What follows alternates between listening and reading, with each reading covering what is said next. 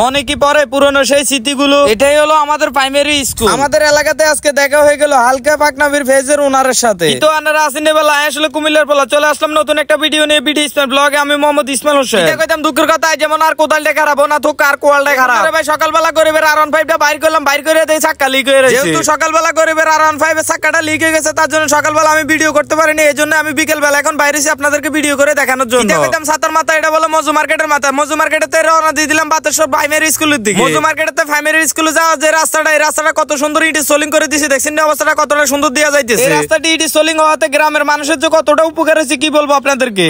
আপনারা আরেকটা জিনিস খেয়াল করছেন অবস্থাটা দেখছেন, রাস্তার সাইডে নতুন রাস্তা করছে কিছুদিন আগে, অনেক এটা ভাঙ্গি হয়ে যেতে গেছে। এভাবে যদি রাস্তা ভাঙ্গে যায় তাহলে তো মানুষের কোনো উপকার হলো না ভাই। আমাদের এলাকাতে যারা রাস্তার কাজ করে থাকেন তাদেরকে বলতেছি, যেহেতু এই রাস্তাটার পাশে একটা পুষ্কুনি আছে, পুষ্কুনিটার মধ্যে ভালো করে একটা সাপোর্ট দিতে হবে যেহেতু রাস্তাটা আর ভাঙ্গি না পড়ে। ঠাসঠুস বহুত কইছি আয়ন বাতেশ্বর প্রাইমারি স্কুলের কাছে চলে এসেছি। রাস্তাঘাটে আন্টির মেয়েরা দেখলে কয় আই লাভ ইউ আয়ন করে দিয়ে বাতেশ্বর প্রাইমারি স্কুলের ভিউ। এটা কইতাম বাতেশ্বর ভিউর কথা, এটা হলো আঙ্গ বাতেশ্বর প্রাইমারি স্কুলের মাথা। এটা কইতাম মনে করে স্কুলের কথা এন্দি দেখছেন কত রাইটার হোলাইনের মাথা।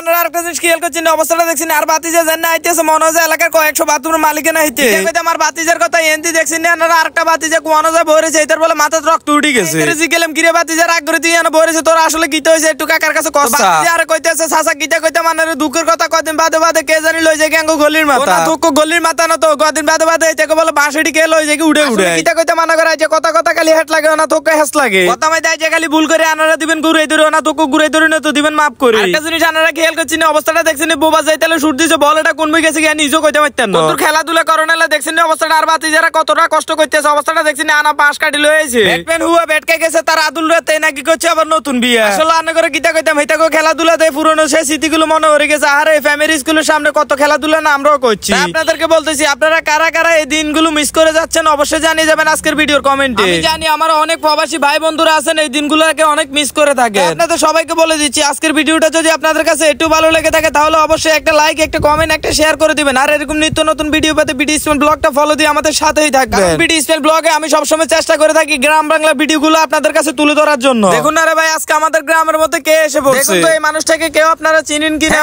এই মানুষটা আর কেউ না হালকা পাকনাবির পেজের ওনার। ওনাদের পেজটি সবসময় মানুষের কল্যাণে কাজ করে থাকে। ধরেন আইল্যান্ডের রং উঠে গেছে, আইল্যান্ডটা দেখা যাচ্ছে না, বারবার দুর্ঘটনা ঘটে যাচ্ছে, ওই ধরনের আইল্যান্ড গুলো ওনারা রং করে দিয়ে থাকে। এমনকি ওনারা কি কাজ করে থাকেন সেটা ওনাদের মুখ থেকে আপনারা শুনুন। ধরনের মানবতার যে কাজগুলো আছে না, রাস্তা রোড আইল্যান্ড গুলা এগুলা দিয়ে দেই মানুষের কতটুকু সহায়তা করতে পারি। তো আমি এটাই নিজের পকেটের টাকা টুকা খরচ করে আমি আসলে রোড ব্লগ গুলা নামলাম পারি। নিজের টাকা খরচ করে আপনি ব্লগগুলো করে থাকেন অবশ্যই। তো আর কি ঢাসটুস বহুত কইছি আজকের ভিডিওটা এনে শেষ করতে পারছি। সবাই ভালো থাকবেন সুস্থ থাকবেন, দেখা হবে নতুন কোনো ভিডিওতে। আসসালামু আলাইকুম।